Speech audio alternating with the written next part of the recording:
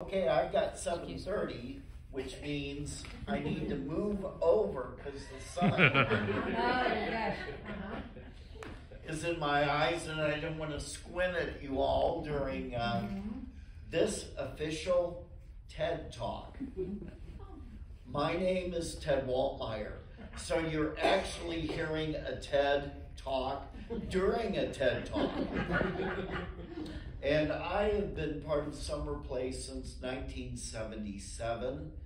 I first moved to the area from Peoria and started doing community theater to meet people.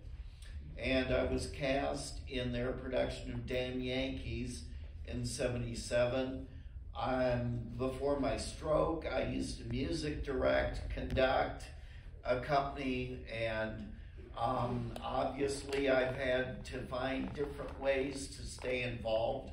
I am a board member, and I am pleased that we can offer this opportunity to get you excited for the Pajama game. If you've never seen it, you're going to be highly entertained.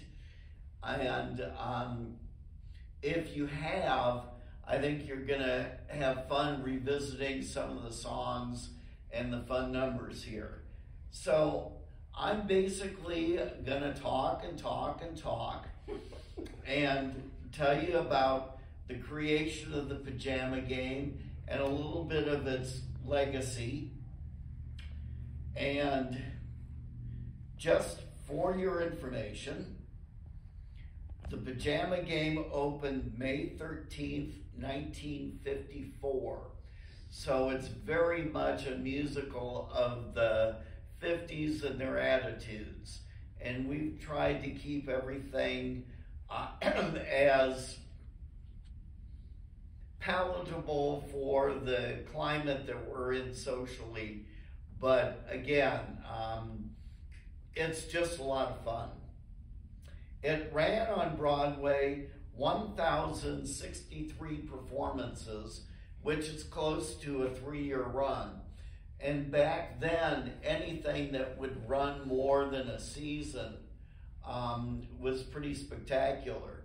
For example, if you go back to Anything Goes in the 30s, they eked out 400 performances. So theater and advertising got to be a little bit stronger as we moved into the 50s. And when the show opened, there were 6 rave reviews and 1 favorable, no negatives, and these were all newspaper reviews because there were 7 newspaper dailies in New York at that time. So I'm going to start by introducing the cast of the creativity people and giving you a little bit of background on where they came from and how they came together to do the Pajama game. And the first on my list of creatives is George Abbott, somebody that most people don't know anymore. He lived to be over 100. He directed production after production.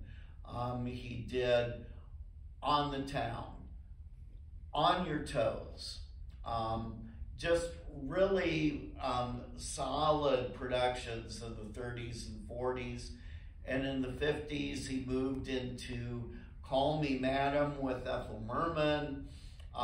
He was the go-to guy because he knew how to make a musical move. And then there's Harold Prince, who was a stage manager at the time and wanted to become a producer.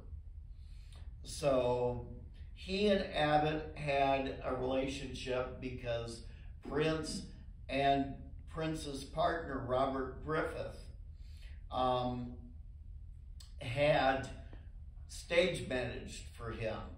So here are 3 people that knew each other that came together under very different circumstances. One of the other producers was Frederick Brisson, probably a name that's not too familiar because he was overshadowed by his wife. He was married to Rosalind Russell. Oh. And he didn't have a really great reputation. There were some people that called him the Lizard of Roz. Oh. Then another creative person in the mix is Richard Bissell, who wrote the novel 7.5 Cents, which the Pajama Game is based on. The songwriters Richard Adler and Jerry Ross were proteges of a big name in musical theater, Frank Lesser, from Guys and Dolls, Where's Charlie, How to Succeed in Business. And then there's Jerome Robbins, who had made his reputation as a choreographer. He had choreographed On the Town, High Button Shoes, The King and I. He did the Small House of Uncle Thomas's Ballet. Just really stellar work. And despite his reputation as being really hard-nosed, he really had that creative spark. And last but not least in the creative aspect is Bob Fosse. And this is the first time that he ever choreographed a show. And we'll talk a little bit about how he got involved and why he got involved. So, the saga of the Pajama Game starts when Robert Griffith, one of the producers, read a review in the New York Times of the novel 7.5 Cents by Richard Bissell. Now, Richard Bissell was a resident of Iowa, and our story takes place in a pajama factory in Iowa. So he knew pretty much what it was, the people and the factory and the system that he was writing about. And in a matter of a day, before some other big producers got their hands on the novel, Harold Prince and Robert Griffith secured the rights for a stage musical version of 7.5 Cents, and that evolved into the Pajama Game. Now, George Abbott was contracted to direct at that point in time, even though there wasn't anything written. They were just putting together the team.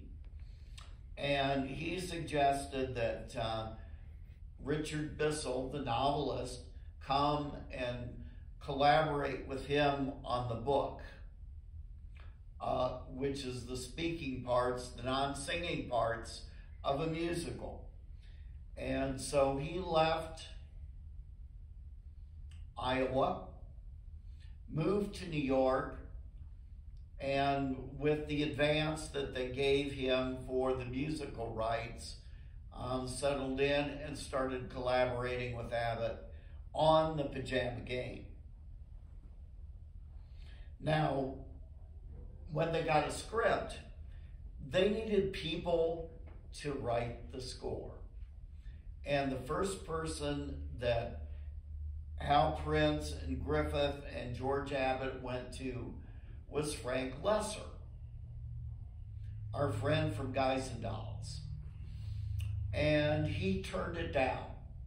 He didn't like the subject matter, and he was busy writing his magnum opus, The Most Happy Fella, which wouldn't open until 1956. So, Frank Lesser worked in a building in New York called the Brill Building, and it's where songwriters hung out. And, excuse me, I just need a sip of water here.